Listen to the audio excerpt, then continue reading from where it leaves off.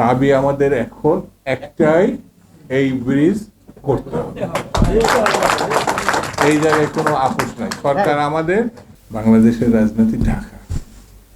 আমি ছাত্র জীবনে আমার নিজের অভিজ্ঞতায় এত অনিশ্চয়তাপূর্ণ রাজধানীতে আসার আর কোনো দ্বিতীয় কর্ম ছিল না। যখন এই পদ্মা, আর আব্দুল আলিম সাহেবের গান আপনাদের মনে আছে কিনা, পদ্মার ঢেউরে বিশাল ঢেউ অতিক্রম করে ফেরি আকাশে উঠতে আবার থপ করে পড়ত, মানে নিচেরটা ফেটে যায় কিনা। সেই পদ্মা তো এখন নাই।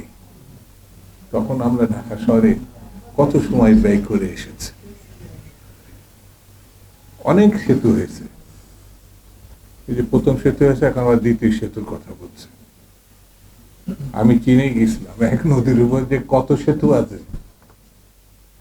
না দেখলে আমি বুঝতাম না। অর্থাৎ যোগাযোগটা হচ্ছে রাষ্ট্রের উন্নয়নের জন্য। শিক্ষা, সংস্কৃতি, ব্যবসা বাণিজ্য,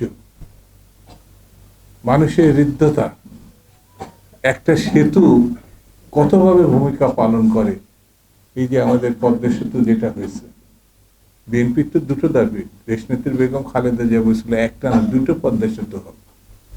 এটা আপনাদের স্মরণে আছে কিনা আমার জানা নেই। এটা বিএনপির দাবি, বিএনপির রাজনীতি। আমাদের দেশনেত্রী আজকে আমাদের মাঝে নেয়, আল্লাহ তার বেশ নসিব করে, দোয়া করি। তিনি এটা বলে গিয়েছিলেন।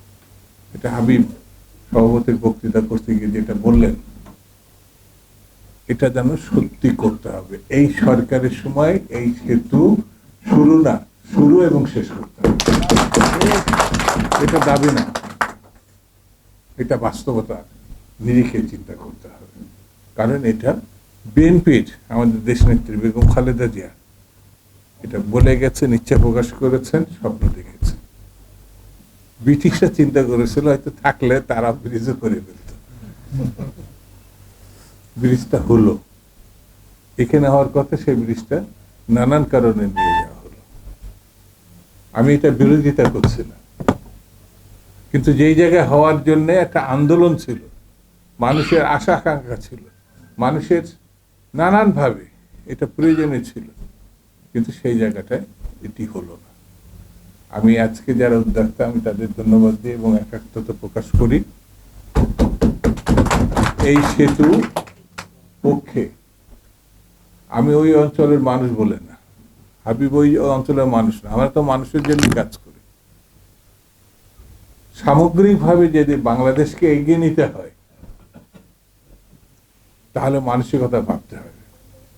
ব্রিটিশ ভারতের সময় পদ্মার উপরের মানুষ শিক্ষা দীক্ষায়, কালচারে, ব্যবসায় অনেক এগিয়ে ছিল।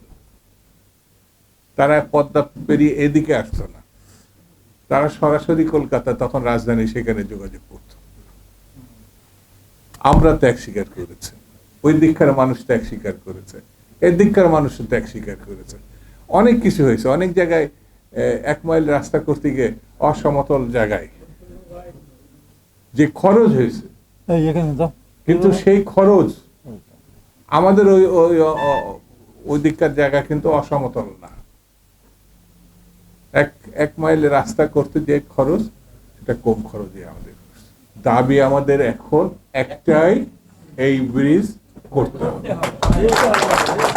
এই জায়গায় কোনো আপোষ নাই। সরকার আমাদের, সরকারের যা যা সহযোগিতা করতে হয়, কারণ এই দলের জন্যে, এই সরকারের জন্যে এখানকার সব মানুষ, ওই অঞ্চলের মানুষ নানানভাবে আত্মত্যাগ করেছে। তাহলে পরে আমাদের ইচ্ছা, আমাদের স্বপ্ন, আমাদের লক্ষ্য এটি অবশ্যই পূরণ হতে হবে। আমরা সরকারের সঙ্গে আছি। সরকারকে যেভাবে আমরা সামনের দিকে নিতে চাই, সেই সামনের দিকে নিয়ে যাওয়া অন্যতম একটি দাবি হচ্ছে এই ব্রিজ। সবাইকে ধন্যবাদ।